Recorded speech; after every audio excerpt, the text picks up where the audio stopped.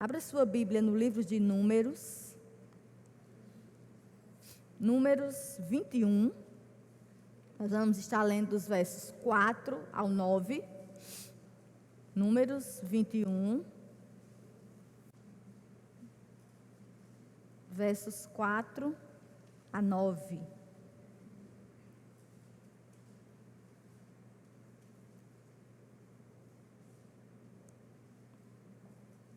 Podemos ler?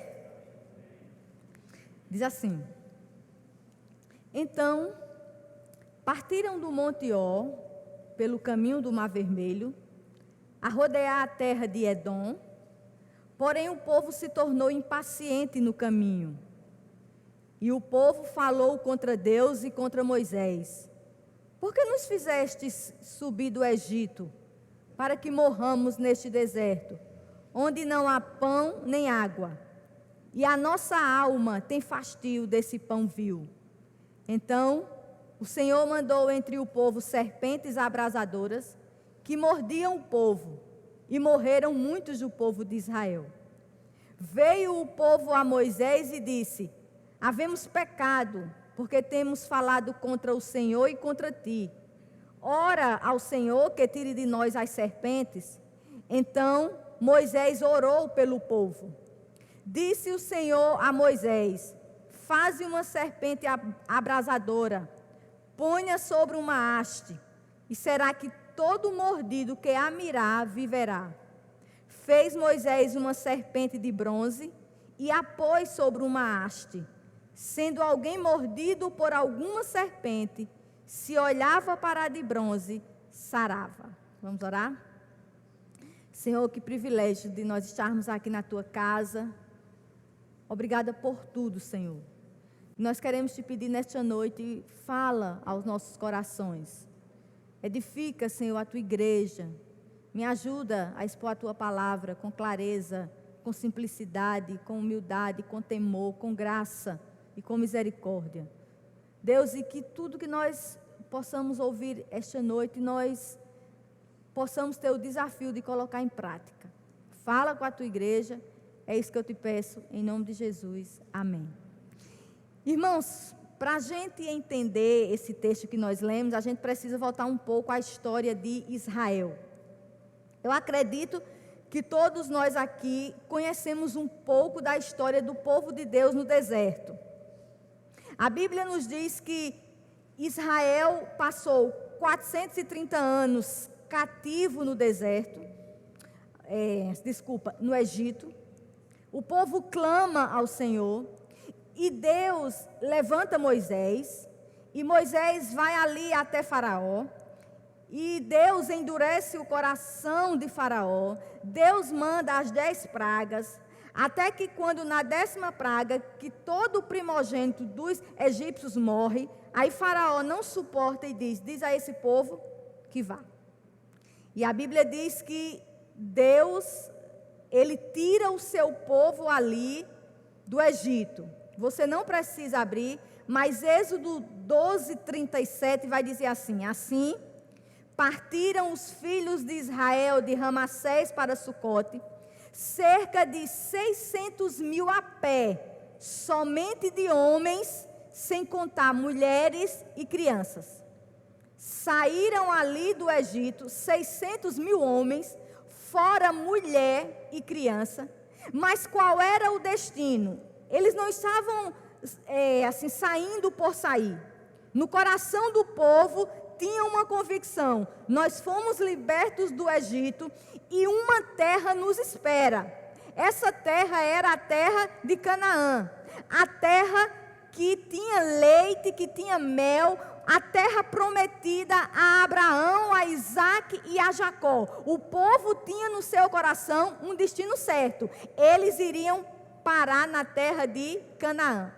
Porém, irmãos, Deus, que conhece o coração do homem e sabe como tratar, Êxodo 13:17 e 18 vai nos dizer assim: Tendo Faraó deixado ir o povo, Deus não o levou pelo caminho da terra dos filisteus, posto que mais perto, pois disse: para que, porventura, o povo não se arrependa, vendo a guerra, e torne ao Egito. Porém, Deus fez o povo rodear pelo caminho do deserto, perto do Mar Vermelho. Ou seja, do Egito para Canaã, havia 2 caminhos. Primeiro, havia um atalho, que era o caminho mais perto. Havia um atalho do norte do Egito até o sul de Canaã. Esse percurso que eu acabei de falar, do Egito para Canaã, durava aproximadamente, os estudiosos vão dizer, que durava aproximadamente 4 ou 5 dias, se não tivesse muita gente. Se você estivesse sozinho, em um grupo muito pequeno, provavelmente você chegaria a Canaã dentro de 4 ou 5 dias. Mas, se você estivesse em uma caravana, que era o caso do povo de Israel, por serem muita gente, ia levar mais ou menos cerca de 1 mês. Mas, irmãos, vamos pensar, como tinha 600.000 pessoas, interessante que o censo em 2004 deu que Campina Grande tinha em 2004 cerca de 402.912 habitantes, ou seja, era um número maior do que todos os habitantes de Campina Grande. Então, vamos dizer que por ser uma grande multidão, vamos dizer que algo que poderia ser feito em 1 mês, vamos botar 2 meses. Então, esse seria o caminho mais perto. Mas tinha outro caminho, que era pelo deserto, que era o caminho mais longo. Qual foi o caminho que Deus escolheu? O caminho mais longo. Deus não levou o povo pelo caminho mais perto. Deus leva o povo pelo caminho mais longo. Deuteronômio 8:2 vai dizer o motivo. Deus vai dizer assim, falando para o povo: Deus te guiou no deserto estes 40 anos para te humilhar, para te provar, para saber o que estava no teu coração, se guardarias ou não os seus mandamentos. Ou seja, o deserto seria a escola de Israel. O deserto seria o teste de Deus para saber aonde o coração do povo estava, se na provação, se na luta, se na escassez, o povo ainda seria fiel a Deus. Ou seja, irmãos, uma promessa que podia ser alcançada em 1 mês ou poucos meses a mais, levou quantos anos? 40. Aí agora que nós vamos entrar no texto, porque o contexto do texto que nós lemos, do verso 4 ao 9, é o seguinte: já tinha se passado 39 anos. Só faltava 1 ano para o povo entrar na terra de Canaã. Lembrando que da geração que saiu do Egito, só tinha Josué e Calebe. Então, há 39 anos, o povo estava no deserto. O povo poderia estar pensando o seguinte, que não está aqui na Bíblia. Mas o povo poderia estar pensando: meu Deus, demorou tanto. Essa promessa demorou tanto que já morreu tanta gente. Irmãos, 39 anos vivendo em um deserto não é brincadeira.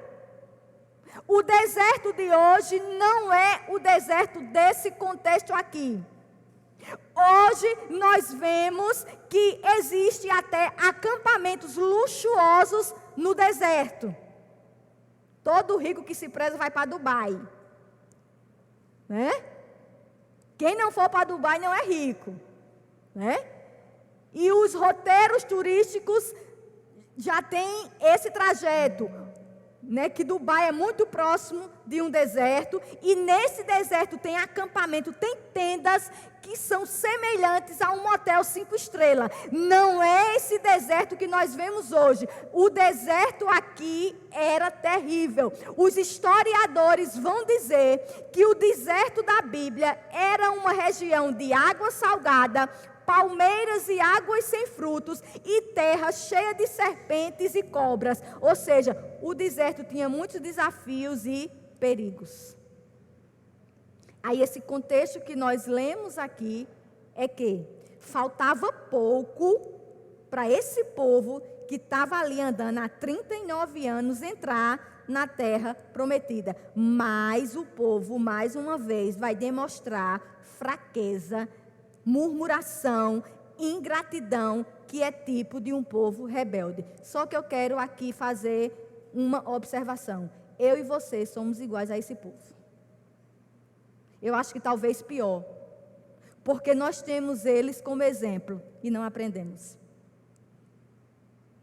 Vamos ver aqui o verso 4 e 5. Diz assim: Então, partiram do Monte Or pelo caminho do Mar Vermelho, a rodear a terra de Edom, porém o povo se tornou impaciente no caminho.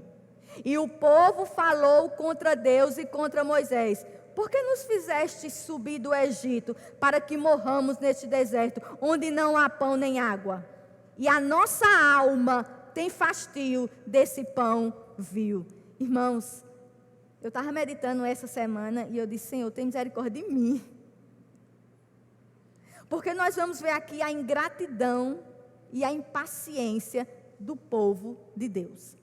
Você não precisa abrir, mas Números 20, do verso 14 ao 21, vai nos dizer basicamente o seguinte: faltava pouco para Israel entrar em Canaã. Só que para passar para Canaã, eles tinham que passar pela terra de Edom. Aí o que é que Moisés faz? Moisés manda mensageiros ao rei de Edom, e talvez passasse o seguinte no coração de Moisés: Edom, por ser um povo descendente de Esaú, um povo nosso, talvez esse rei se incline um pouco para nós e seja mais ameno conosco. E o capítulo 20 vai dizer que Moisés manda mensageiros ao rei de Edom, e ele vai fazer a seguinte petição: olha, nós estamos perto da terra que o Senhor nos prometeu. O Senhor tem nos guiado 39 anos. Então, nos deixa passar por dentro da tua terra. Nós vamos passar por dentro da tua terra, mas nós não vamos invadir nada. Nós não vamos tocar em nada.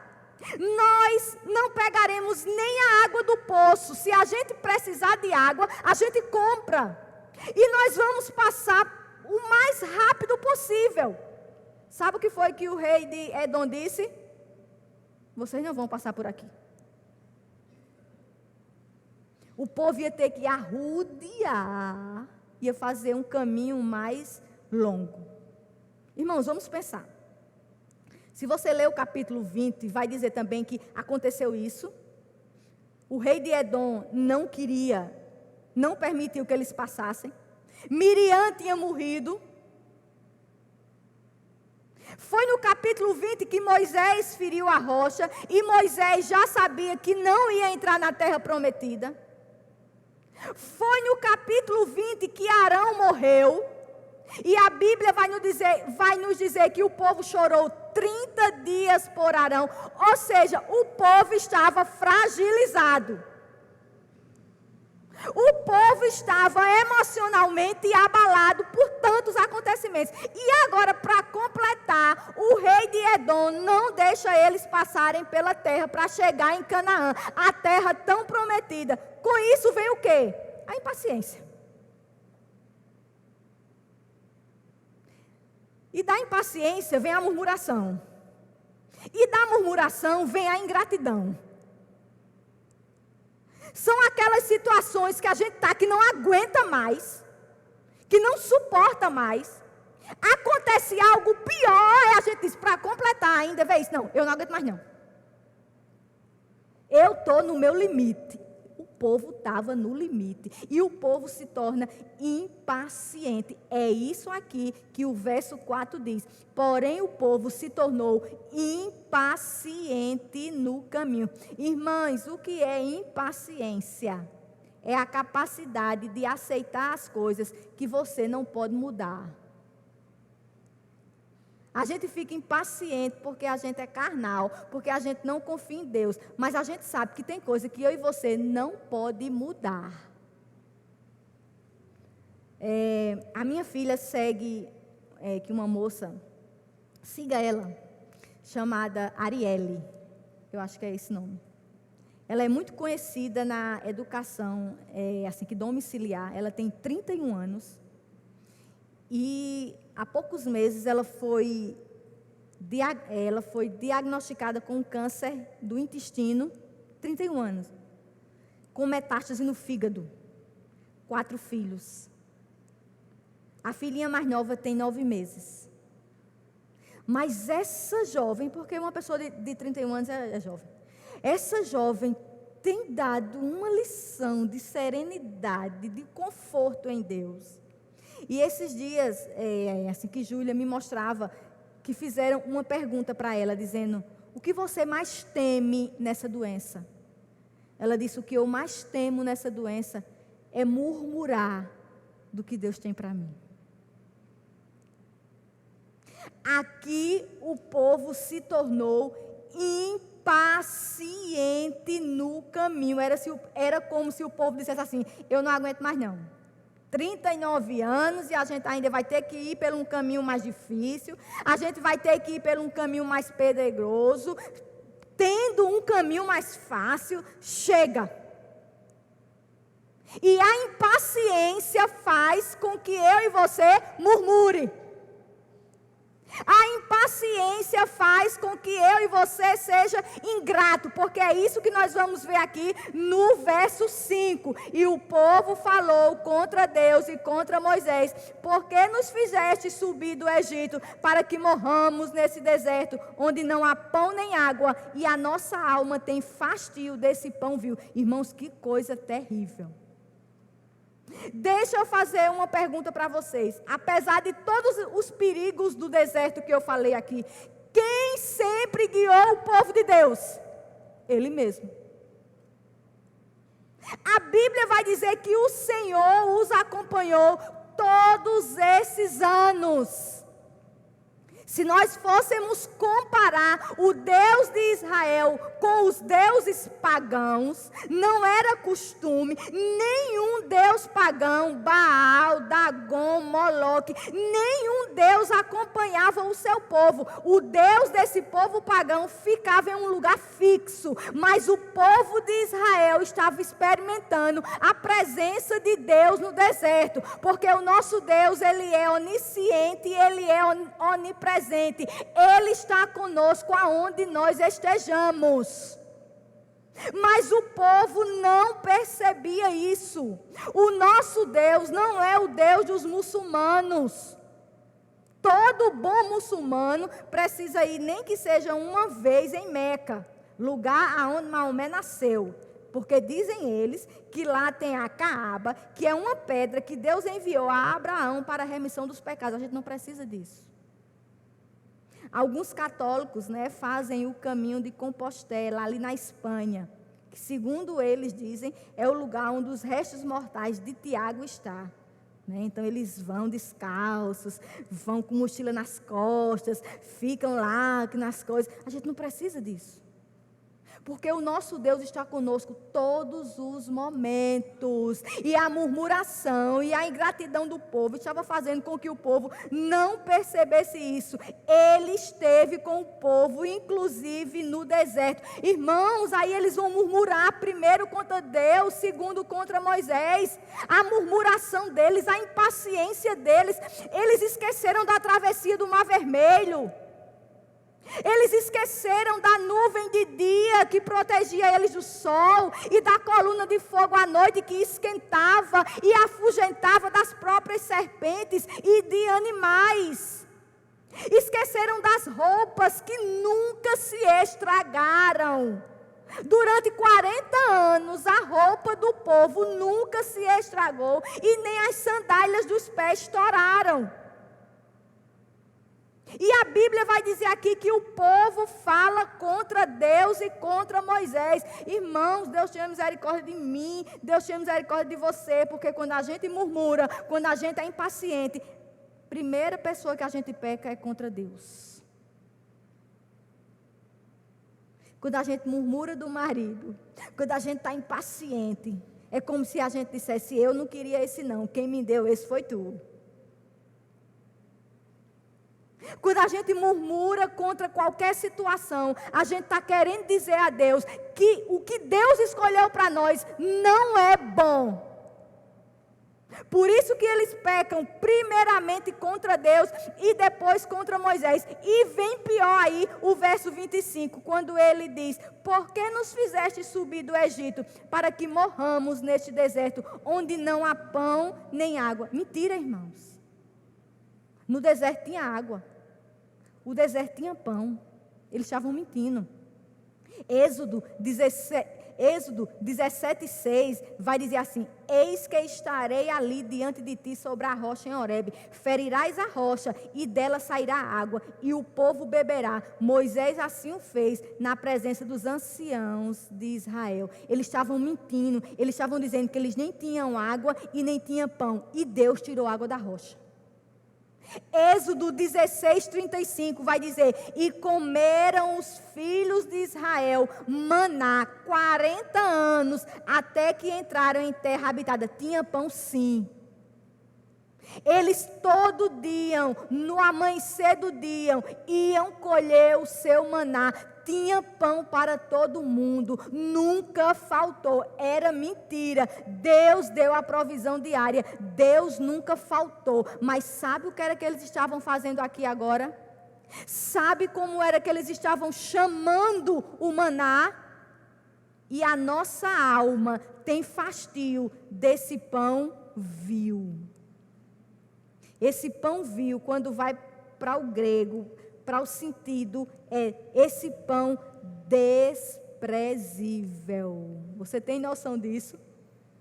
Aquilo que Deus levantou para sustentar o povo 40 anos, eles estavam dizendo: a gente não suporta mais esse pão. E o pior, eles vão dizer que eles estão com fastios, estavam fastiosos. É aquele sentimento de repugnância ou de aversão. É quando a gente tem tudo na nossa casa, aí a gente diz assim: meu Deus, como... Eu digo isso às vezes, eu queria hoje comer uma coisa bem gostosa. E tem um pão na mesa. Porque tem gente que não tem o pão na mesa. Esse povo estava dizendo que o que Deus providenciou para eles, eles estavam com repugnância. Eles estavam dizendo: a gente não aguenta mais maná, de manhã, tarde, de noite, de manhã, tarde. E não é assim que a gente diz? Eu não aguento mais cuscuz, de manhã, tarde, de noite, de manhã, tarde. Eu não aguento mais esse pão, eu não aguento sopa, eu não aguento. Era assim que o povo estava dizendo, que não aguentava mais o pão que Deus tinha levantado. Irmãos, esse povo somos nós, impacientes pelo caminho. Nós hoje não temos mais paciência de nada. A gente não tem mais paciência no casamento. Para que tentar, se eu tenho a possibilidade de ter outro? A gente não tem mais paciência com o filho.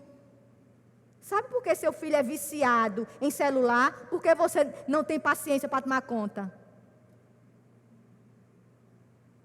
A pandemia era as mães com as mãos na cabeça. Mulher, o meu menino está em casa e eu tenho que tomar conta. E quem tomava antes? Era quem? Era a escola, a natação, o judô, tudo, menos você.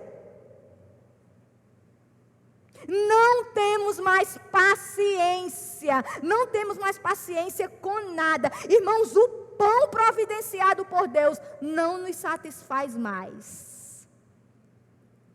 O que Deus nos dá todos os dias não nos é mais suficiente. A gente vive reclamando. Eu estou falando, eu sou a primeira, tá?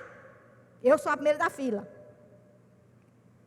O que Deus tem suprido para as nossas vidas não nos satisfaz mais. Eu quero mais, eu preciso de mais, eu mereço mais. Eu estou tão fastiosa, eu estou que eu não aguento.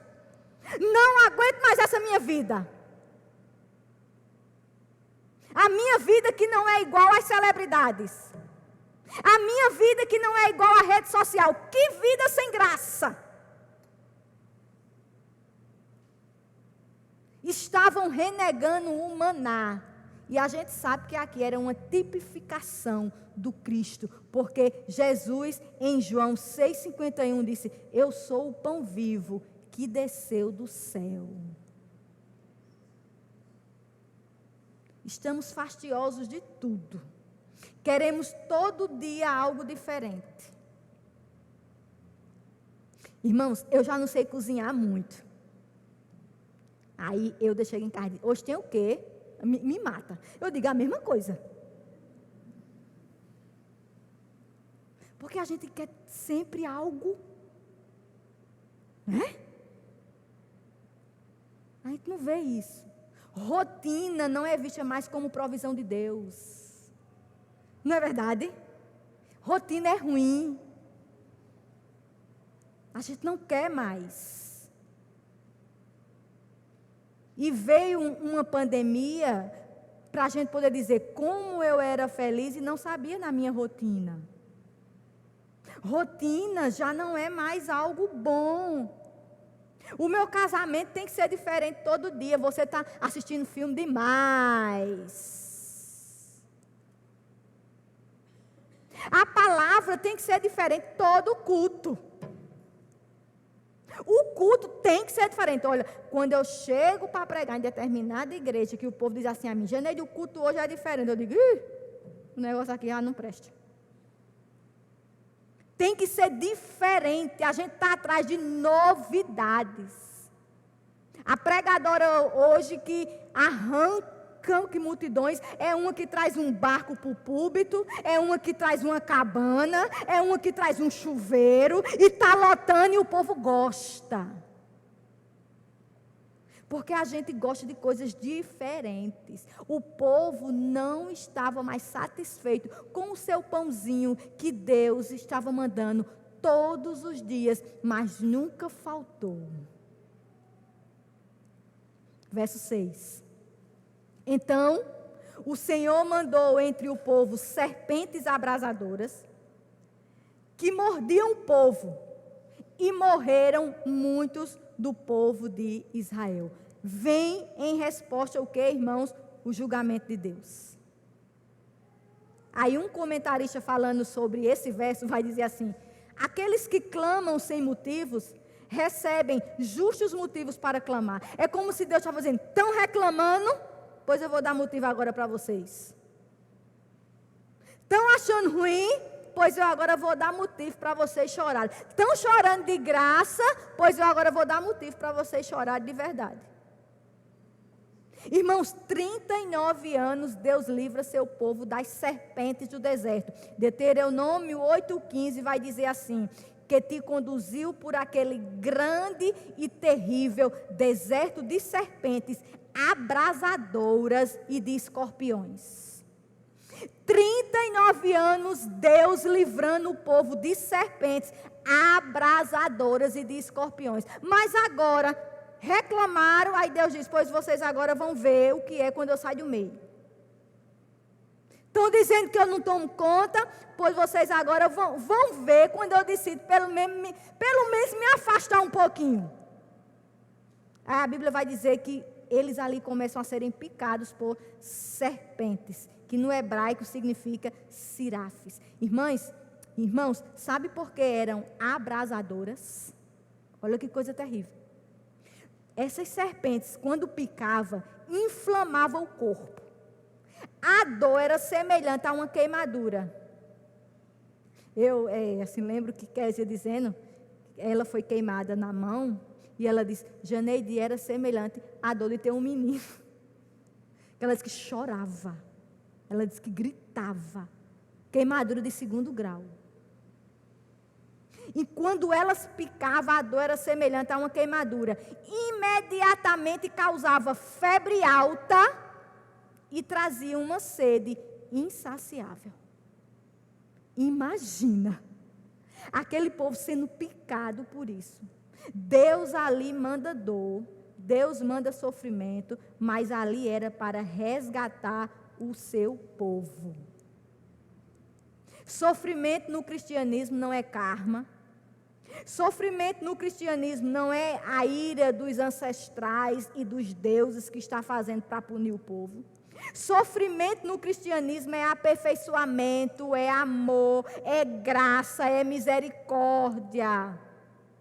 Deus muitas vezes permite problemas nas nossas vidas para que a gente possa cair em si e reconhecer que Deus tem nos dado demais, que nós temos o suficiente e a gente precisa de parar de reclamar e de ser ingrato. As picadas que nos queimam é para nos tornarmos melhores, focar nossos valores, amarmos mais o Senhor e sermos mais gratos a Ele. Irmãos, eu lembro que na pandemia a gente dizia, meu Deus, que vontade de ir para a igreja. Né? Estou com saudade de ir para a igreja. Então, coisas acontecem para que a gente desperte.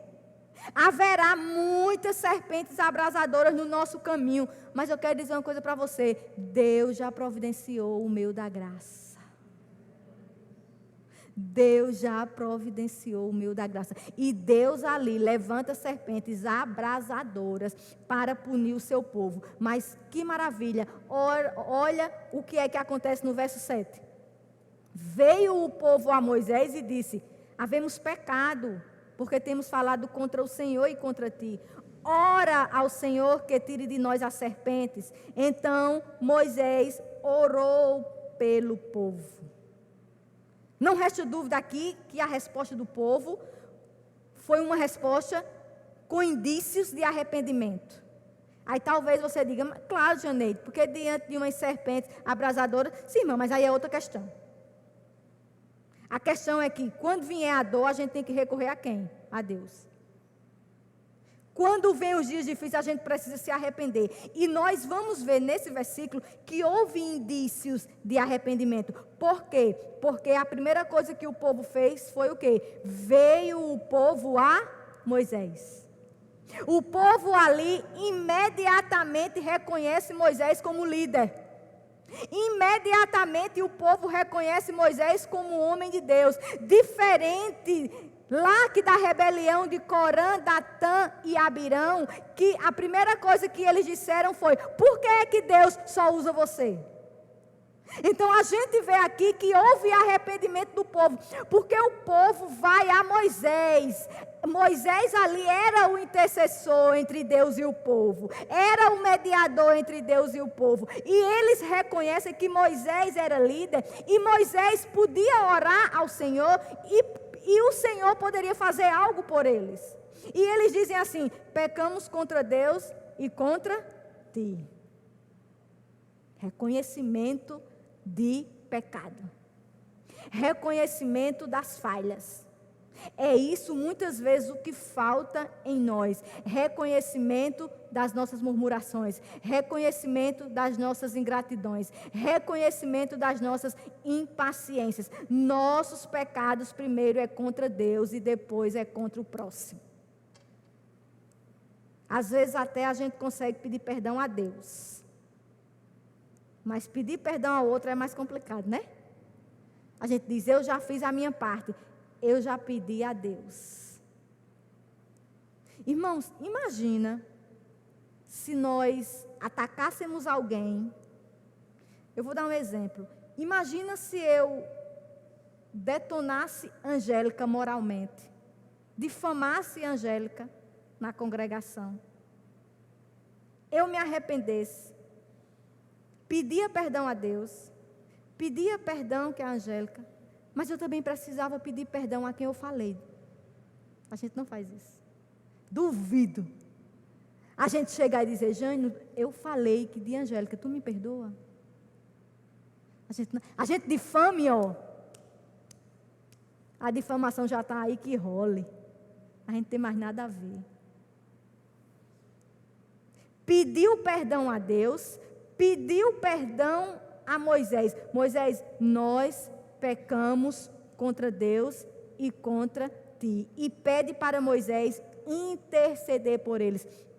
Os comentaristas vão dizer aqui que nesse episódio Moisés foi um tipo de Cristo, porque intercedeu pelos seus perseguidores. E mais uma vez, Deus vai providenciar o meu da graça e da misericórdia. Versos 8 e 9, diz assim: Disse o Senhor a Moisés: faz uma serpente abrasadora, ponha sobre uma haste, e será que todo mordido que a mirar viverá. Fez Moisés uma serpente de bronze e a pôs sobre uma haste. Sendo alguém mordido por alguma serpente, se olhava para a de bronze, sarava. A melhor parte desse texto. A provisão de Deus. Interessante, irmãos, que o povo queria que Deus tirasse a serpente. Deus não tira a serpente. Deus manda fazer uma serpente de bronze. Vamos entender esses dois versículos aqui, para a gente não sair com dúvida e nem com erro de má interpretação. Por que é que eu falei isso? Porque alguns católicos pegam esse texto para legitimizar a adoração a imagens. Não sei se você já viu isso, mas os católicos, um católico praticante que lê a Bíblia, se você confrontar ele em adoração que de imagem, ele vem para esse texto aqui e ele vai dizer, olha aqui, Deus fez uma serpente no deserto e mandou erguê-la. E não é. Não era serpente. Não era algo místico. A serpente não tinha nenhum poder em si mesma. A gente precisa entender isso. A serpente era apenas um sinal que Deus resolveu ser misericordioso. Quem era picado precisava olhar para a serpente e saber que a serpente tinha sido levantada por quem? Por Deus. E Deus tinha o poder de, quando eu olhava, eu tinha que acreditar, eu era sarada. A prova de que Deus condena a idolatria está em 2 Reis 18, 3, 4, quando a serpente ela estava sendo usada de instrumento de idolatria. Essa mesma serpente, ela foi guardada e no tempo dos reis, ela estava sendo usada como instrumento de idolatria. O povo estava queimando incenso para ela, deram até um nome a ela que era Neustã, e Deus manda quebrar. Então, Deus não está aqui legitimizando a adoração a nada, a não ser a Ele. Aí você pode me perguntar, o que Deus queria fazendo uma serpente de bronze? Ai, irmãos, maravilhosa e graciosa cruz. João 3, 14, 15, Jesus vai dizer assim: e do modo porque Moisés levantou a serpente no deserto, assim importa que o Filho do Homem seja levantado, para que todo que nele crê tenha a vida eterna. Vamos para esse contexto.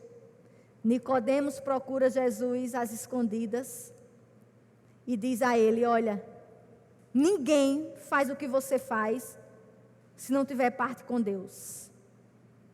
Só que Jesus percebeu que Nicodemos não estava entendendo bem as coisas.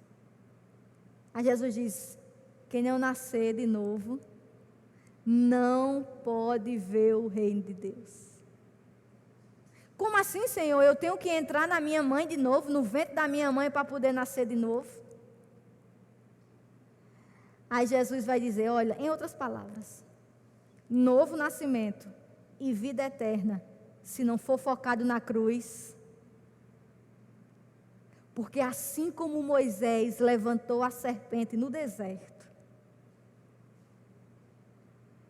quem não olhar para a cruz, não tiver fé, jamais pode ser salvo.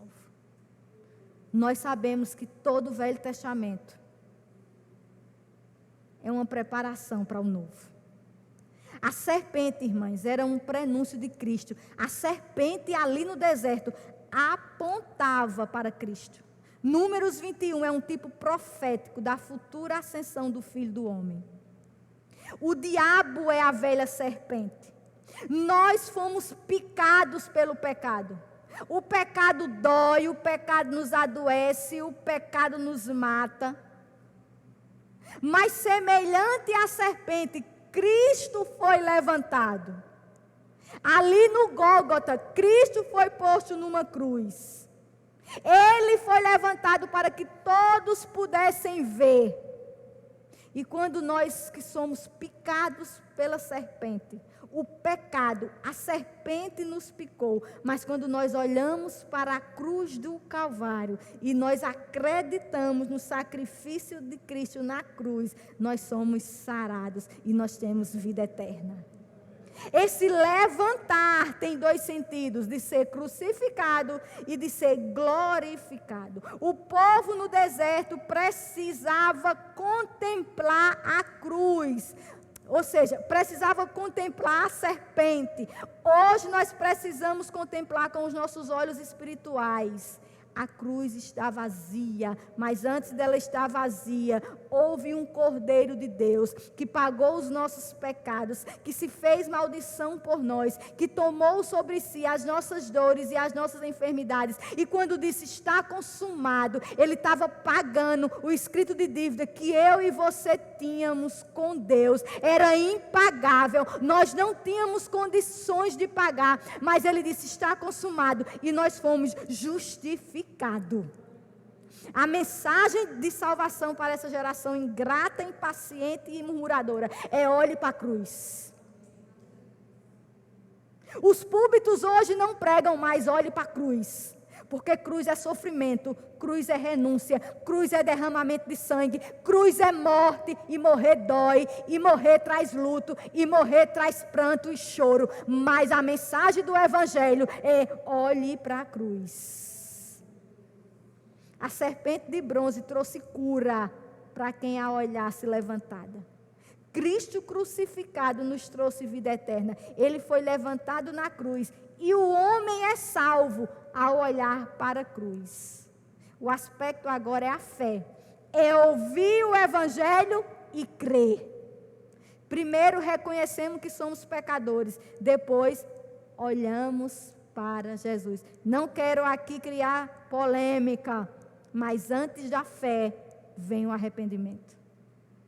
É impossível vir primeiro o arrependimento para poder vir a fé. Bom, mas isso é uma linha teológica, eu não quero entrar aqui. Eu quero dizer que antes da fé, vem o arrependimento. Irmãos, nós não estávamos lá. Nós não choramos junto com aquelas mulheres aos pés da cruz. Nós não ajudamos a carregar a cruz. Mas a minha Bíblia diz que bem-aventurados são os que não viram e creram. Eu ouvi o Evangelho, eu reconheci que eu era picada pela serpente, eu era enferma, eu estava indo para a morte, mas eu olhei para a cruz do Calvário, e quando eu olho pela fé, acredito que os meus pecados foram expiados, houve uma morte substitutiva, eu creio e eu sou curada, e eu tenho vida eterna.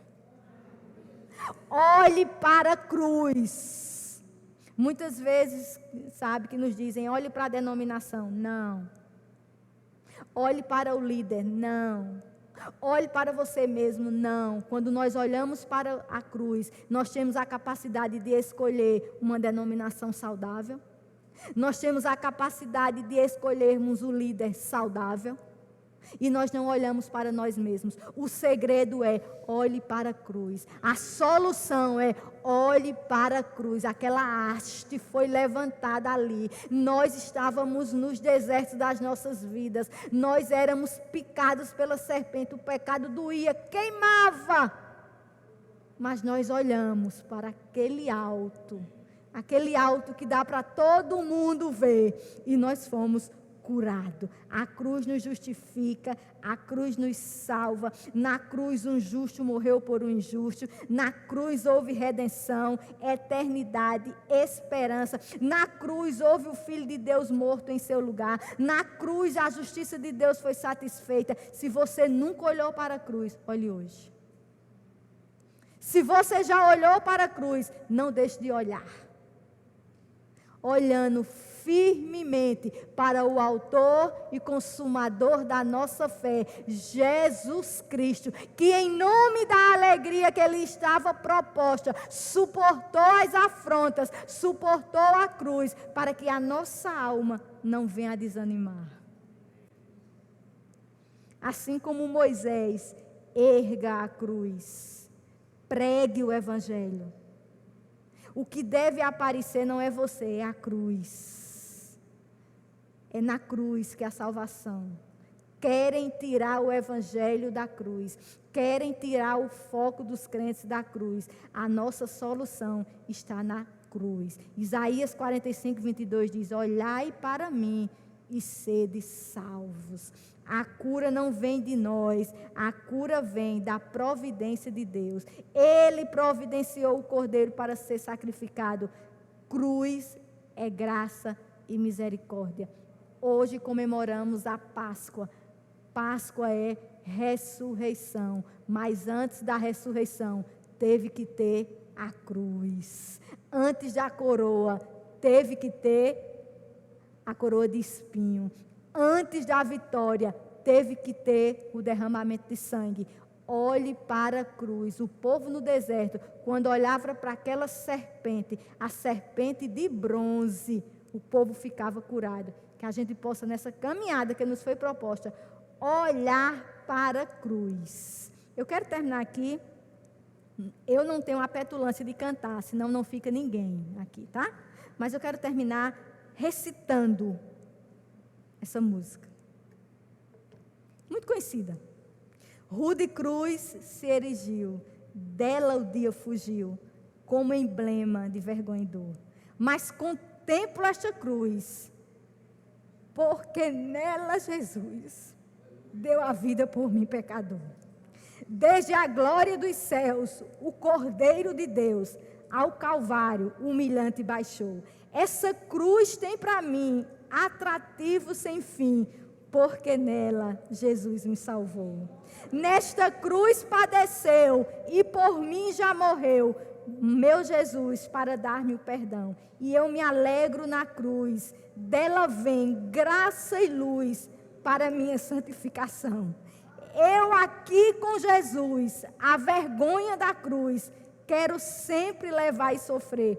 Cristo vem me buscar, e com Ele no lar, uma parte da glória hei de ter. Sim, eu amo a mensagem da cruz. Até morrer eu a vou proclamar. Levarei eu também minha cruz, até por uma coroa trocar. Que Deus nos abençoe. Amém, irmãos?